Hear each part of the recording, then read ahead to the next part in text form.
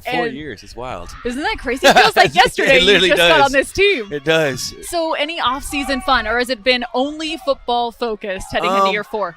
I would say not just football, but just getting better focus, getting better in life and football and just everything that I do. I'm on this spiritual journey right now with the Lord that, I've been waking up every single day and been just so happy with where I'm going and where I'm at. But other than that, I was just really in Florida. I have a house out there in Hollywood, Florida, so I was just out there grinding.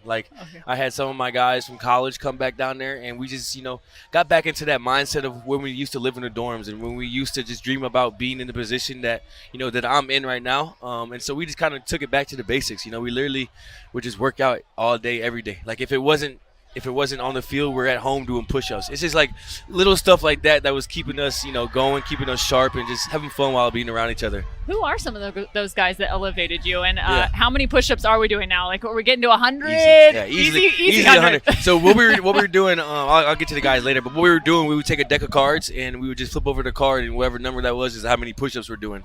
So any face card was 10 push-ups. Aces were either you get to choose 10 or one. But some of my guys were all Notre Dame guys. Like, I was with Jason and Justin Adamalola, two of my good friends. They're twins. Jordan Johnson, Kevin Austin Jr. He's actually the receiver over in the Saints right now. Sibo. There was a lot of us just going back to, the roots, I would say, and just, hanging out and just literally getting to it. I know a big part of your offseason, too, was changing up your diet a little bit. I got to know, what was in it that caused you to have so much energy when you arrived at training camp last week? I mean, that you looked like you were the most excited to be here of anybody. Well, I probably was, honestly, because this is what I've been waiting for. I'm working out, like I said, working out every day just for this moment, just to get back here playing football and just having fun while doing it. But for me, I started, so I got a Chef Nikki, and she's been really great. Just working for my macros and just what I need to be, like you said, just wake up every day energized and just feeling vibrant. So I started doing that in the beginning of OTAs, and I've seen drastic change. Like just the way that I my emotions, just the way I wake up, the way that I think, just the way how I attack each and every single day. I know it's not only the Lord, but it also has something to do with this food that I'm eating as well too. So I think it's been great. I know I've been so deep into that and knowing that it is helping me be who I am, that I don't want to go back. I can't eat just Chipotle anymore. So what does the caloric intake look like? And what is the go-to meal at this point? So my go-to meal, I like the miso cod. I switch it up. I do like seafood, but I'm not really a fish type of a freshwater fish or whatever. I like crab legs and stuff like that. But she makes this miso cod that it's amazing. But honestly, from the great works of Sebastian and the nutritionist team, they create a plan for me. They create a plan with my macros, with how many protein I need, carbs I need, fat I need, and he gives that to her, and she makes these great meals out of that. And so shout out to both of them for allowing them to work with me to get me to where I want to be. When you take a look back at your time at Notre Dame now into year 4, where do you feel like the biggest evolution has occurred for you as a back? I feel like I have so much more control and understanding of the game. I was just telling Coach G this, now I'm getting to the point where I can kind of see where the ball's going to go before it gets there, And when it doesn't happen like that, that's where that becomes in my ability as a running back to be special and make something happen. But just for me right now, just lining up, seeing the defense in front of me, knowing where my blocks are going to go, knowing where, these possible balls are going to hit. For me, it's just so much more control and understanding of the game, and staying grounded keep my feet on the ground, staying grounded on my cuts is allowing me to be fast and explosive and getting through all these holes. Speaking of those blocks, how about K-Dot, man? Yes. Showing up with that haircut. Yeah. I know I've asked you about him before, but just what's his personality and play style mean to you and the group as a whole? I mean, it means everything to me, because I know K-Dot. K-Dot is a guy that's going to go out there. He's going to shoot that. He's going to button them straps up, put those shoulder pads on and go to work. That's just what he does. And, he has a enjoyment about him, how he goes about his work, which makes it fun to be with, He's always laughing. He's always got a smile on his face. You never see him taking really things too serious. And so that's kind of how I want to I want to be like more like K-Dot, you know, when it comes to things like that, because he knows he's the best. Like, you know, he knows he's a dog. He knows he's a beast, and so he just goes out there and has fun while doing it. And so, you know, for me, it makes my job easier as a running back, because I know if I press his block, his guy's not going to get off. And so I just continue to keep working with him and continue to keep allowing him to be the person that he is, so that he can elevate all of us.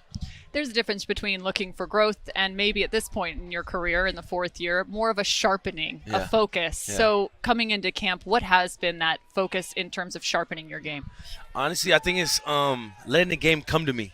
Mm-hmm. I think a lot of times in my first 3 years in the NFL, I would really go out looking for these runs. You know, go to try to find something out of nothing. Which, as a running back, when you start doing that, you start getting anxious. You start being more of a person that you're not than the person that you are. And so for me, like I said, this year is just having that controlled understanding of the game of, man, I know my patience, I know my tempo, I know my burst, and so I can play to that. I can play to my strengths. I know my strengths, and so now when you think I'm going this way, I'm gonna make you believe I'm going this way, but the whole time I'm already knowing where my blocks are set up backside. And so for me, it's just continuing to have that control and understanding of the game. That's what allows me to, you know, be where I'm at right now.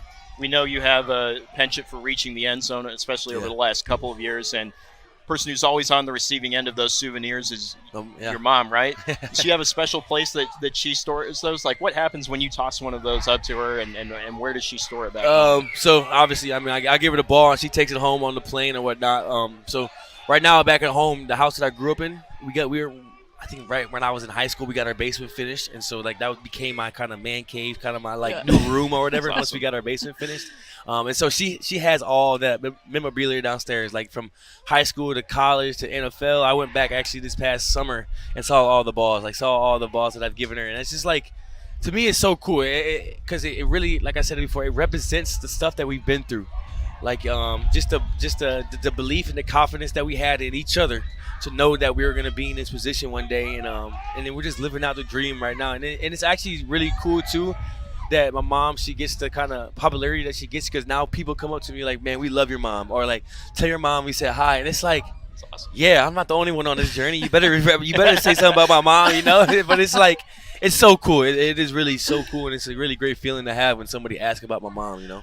So either the mantle just continues to grow. We've now gone into a full-size room for a trophy case, is what it sounds like. We're about to. Heck yeah. She's going to have a whole office dedicated to just her. All right. Well, we've been taking a look back. Let's talk about way far out in advance. So if there was one play that you would put on replay for your grandkids, we're talking way down the road, what play would that be to this point?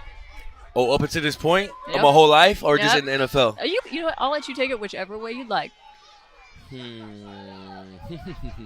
mean, there's so many good ones. I would go. I'm gonna go just one from the NFL, and then one from college, one to NFL. My one from college would probably be my 94-yard runner when I ran across field against North Carolina and stiff armed that guy down the sideline. It was cool. But my NFL one would probably be my 16, my mid zone against the New York Giants, when we had a lag and pin look, and I was able to get underneath that block of the blitzer, and then press my block of K-Dot's block and get underneath him and get vertical to go score. For me, it's just I hope I get a lot more to show him, because I just thought about my memory bank of the runs that I have, and there's really not many that I would show my kids right now. So I need to go make some more. I got to go create some more magic, so that they have someone to be like, dang, Dad, you were good. I don't think there's any question whether you're good or not. That's for sure.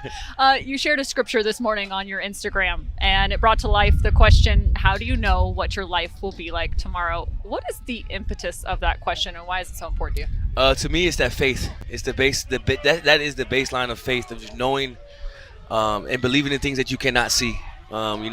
Yesterday's gone. Tomorrow, we don't know. Tomorrow has its own trouble. So right now, I'm focusing right where my feet are at, and that's just how I've been going throughout life.